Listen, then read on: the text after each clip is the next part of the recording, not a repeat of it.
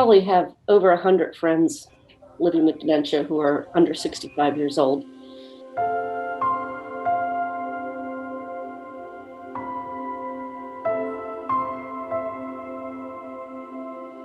I can't tell you how many times people say to us, well, you don't look like you have dementia. And I'll go, do I look like it now?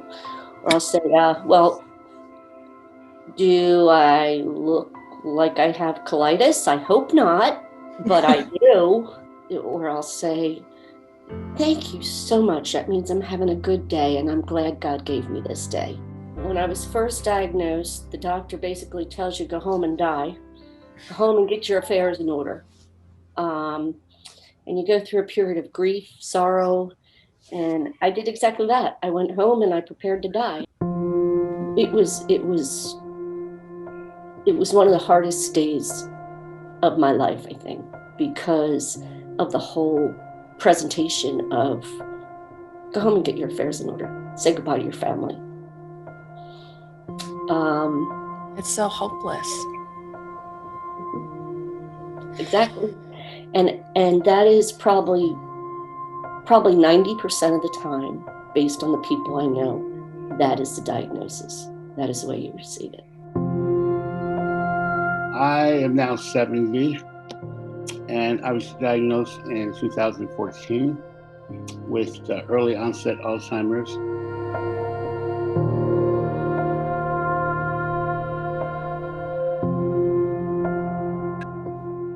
I always knew I would get Alzheimer's, so it wasn't a matter of if, it's a matter of when. My mother has died as a result of Alzheimer's 2 years ago, and my aunt also died 3 years ago. And then my grandmothers both died from Alzheimer's, so there's a definite genetic component in my family.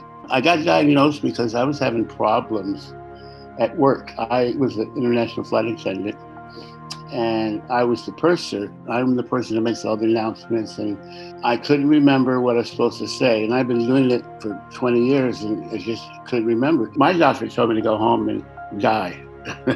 After 3 months, he said, go home, get your affairs in order, and then die. Well, for 3 months, I laid in bed waiting to die. And I didn't die, so I figured, okay, get your butt out of bed and do something. I became an advocate because as I was doing research after diagnosed, I was concerned that the numbers of Afro-Americans are diagnosed at twice the rate as the white population is.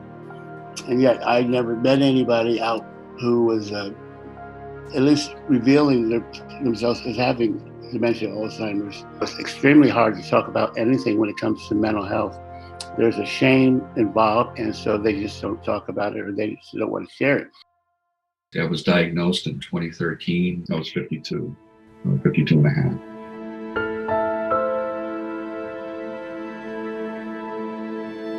The first 5 or 6 months after my diagnosis, what I describe to people is I tell them I was hiding under a rock.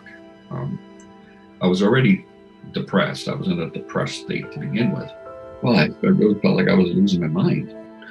So for me, the challenges that were occurring were more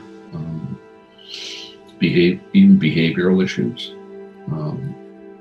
I call it going, 0 to 60, with a light switch. And so it was changes in personality that weren't there before. Like everybody else, or most people anyways, you get the diagnosis and you think, life ends today.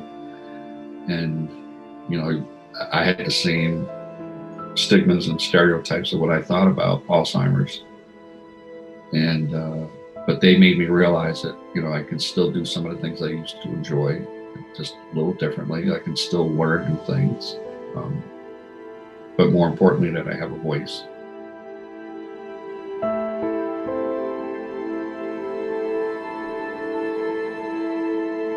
I testified in Massachusetts twice on a bill that did get passed in 2018. It's one of the first of its kind in the country, and that it requires every doctor in the state of Massachusetts to have mandatory dementia training. But I was fortunate to be one of the people, I think it was only 2 of us living with dementia who actually got to testify. So you can make a difference. You can. And if if anything, that's what I want people to understand. Back in 2015 is the year that I was diagnosed with early onset Alzheimer's. I was 58 years old at that time.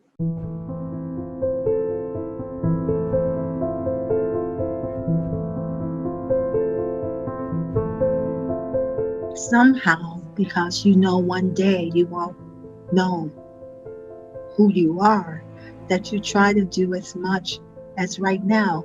And since you know the end of the story, why not live your story and tell your story rather than cheat yourself all the time worrying about when you're gonna flip over. We all have our moments, but for me to survive, I have to try to be as positive as I can. I was diagnosed when I was 57, and I'm 65, I think, or 66, I'm not sure. I might be 66.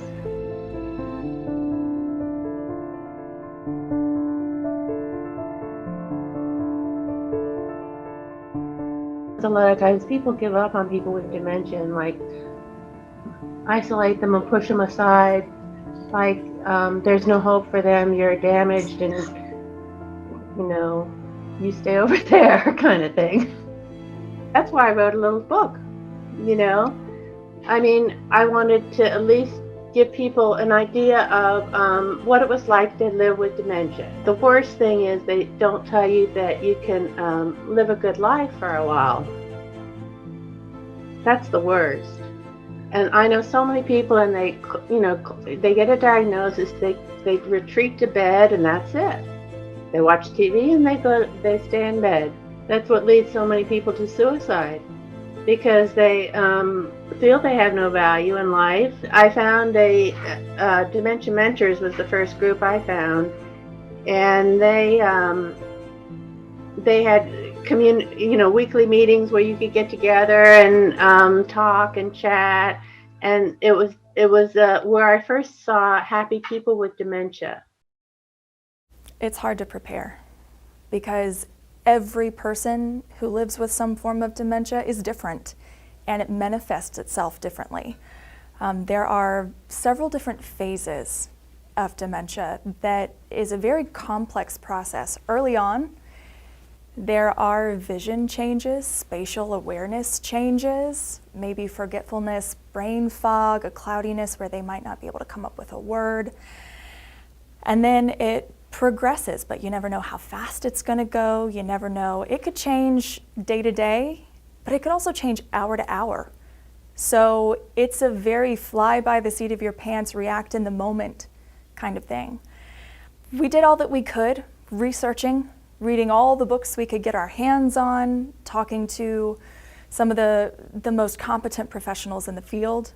Luckily, we're in Atlanta, where we have an entire resource and network of excellent hospitals and medical facilities around here. But even that, really everything we did, it couldn't prepare us. It couldn't realistically prepare us for what the journey would actually look like.